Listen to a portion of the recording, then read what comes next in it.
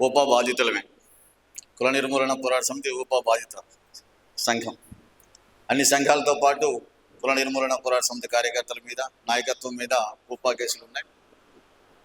అయితే ఈ కేసులో ఊపా చట్టాన్ని రద్దు చేయాలని ప్రధానంగా మనం ఏ డిమాండ్ అయితే చేస్తూ ఉన్నామో ఆ డిమాండ్ చేసే క్రమంలోనే దుడ్డు ప్రభాకర్ అరెస్ట్.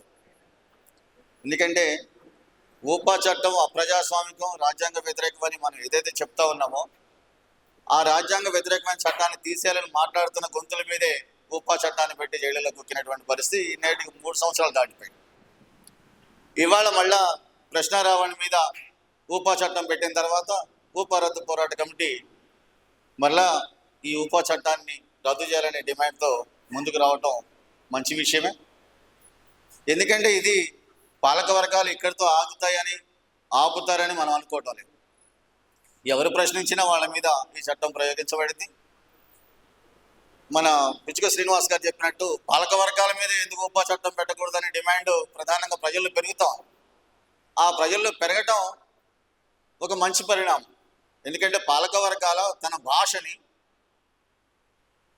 చెప్తారు కదా, డబ్బున్నవాడు మదం బట్టి మాట్లాడే మాటలు ఇవాళ పాలక వర్గాలు మాట్లాడుతున్నాయి. ఆ విధంగా అవి ప్రజల భాషగా ప్రజలు కూడా స్వీకరించి వాళ్ళని అనుకరిస్తూ ఉన్నారు.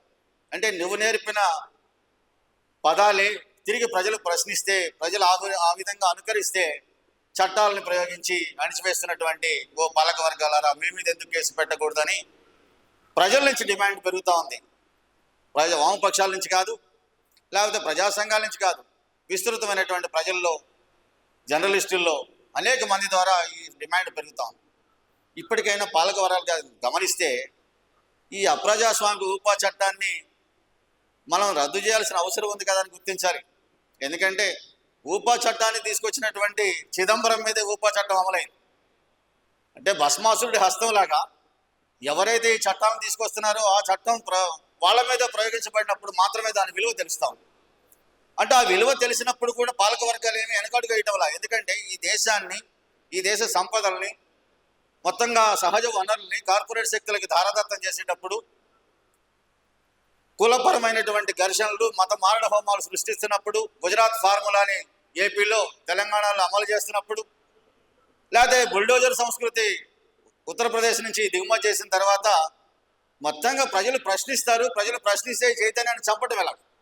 ఇవాళ పౌరసత్వాన్ని చంపడం కోసం, లేకపోతే ఓటర్ల జాబితా సవరణ పేరుతో ఎట్లయితే ప్రజల ఓటు హక్కుని హరిస్తా ఈ దేశంలో దేశ ప్రజల అంటే ప్రధానంగా ముస్లింలు, దళితులు, ఆదివాసీలు, మహిళలు, అలాగే కూటికి లేని వాళ్ళ హక్కుల్ని ఎలా హరిస్తూ ఉందో ఈవేళ మాట్లాడే ప్రతి గొంతు మీద ఊపా చట్టం పెట్టి వాళ్ళ హక్కుల్ని హరించాలనేటువంటి కుట్రపూరితమైనటువంటి విధానం పాలక వర్గాలు అమలు చేస్తూ ఉన్నాయి.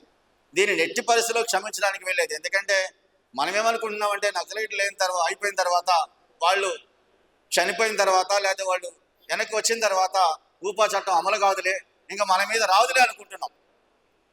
కాదు, ఎవరి మీదనైనా ప్రయోగిస్తామని చెప్పేసి ఈ సందర్భంగా పాలక వర్గాలు చెప్తా ఉన్నాయి. పాలక వర్గాల కన్సర్నల్లో పనిచేసేటువంటి పోలీసులు చెప్తున్నారు. అందుకే పోలీసులే మాట్లాడుతున్నారు. ఇవాళ ఏసీబీ ఆయన ఇంటెలిజెన్స్ డీజీగా పనిచేసినటువంటి ఏబి వెంకటేశ్వరరావు గారు మాట్లాడుతున్నారు. మనం మాట్లాడటం కాదు. ఈ చట్టం అప్రజాస్వామికం, దీన్ని రద్దు చేయాలని చెప్పేసి పోలీస్ ఆఫీసర్లు మాట్లాడుతున్నారు, ప్రజలు మాట్లాడుతున్నారు. ఇప్పుడు దాకా ఏంటి మావోయిస్టు అనుబంధ సంఘాలు మాట్లాడుతున్నాయి, లేకపోతే ప్రజా సంఘాలు మాట్లాడుతున్నాయి, లేకపోతే ఇంకెవరైనా మేధావులు, జర్నలిస్టులు మాట్లాడుతున్నారు అంటున్నారు. కానీ ఇవాళ ప్రజల నుంచి ఈ డిమాండ్ వస్తుంది. కాబట్టి ఇప్పటికైనా పాలక వర్గాలు తమ మదం పట్టిన భాషను మార్చుకొని ప్రజలతో ఎలా మాట్లాడాలి, ప్రజల సమస్యలను ఎలా పరిష్కరించాలి, సమస్యలు పరిష్కారం కాకపోతే ప్రజలు ఎలా రియాక్ట్ అవుతారు, ఆ రియాక్ట్ అయినప్పుడు ఊపా చట్టాల ద్వారానో లేకపోతే అప్రజాస్వామిక నల్ల చట్టాల ద్వారానో అణిచివేసే సాధ్యం కాదు అని పాలక వర్గాలు గుర్తిస్తే మంచిది.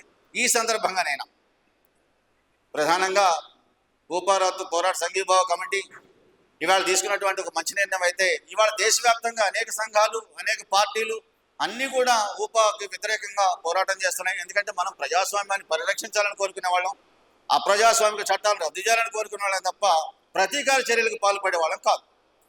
పాలక వర్గాల్లాగా ప్రతీకార చర్యలు కోరుకునే వాళ్ళం కాదు. మనం ఒక డెమోక్రటిక్ రాజ్యాంగాన్ని కాపాడమని అంటున్నాం, రాజ్యాంగ చట్టాలను కాపాడమని అడుగుతున్నాం. ఇది కూడా నేరమైనటువంటి పరిస్థితిలో ఊపాను రద్దు చేయాల్సిందే.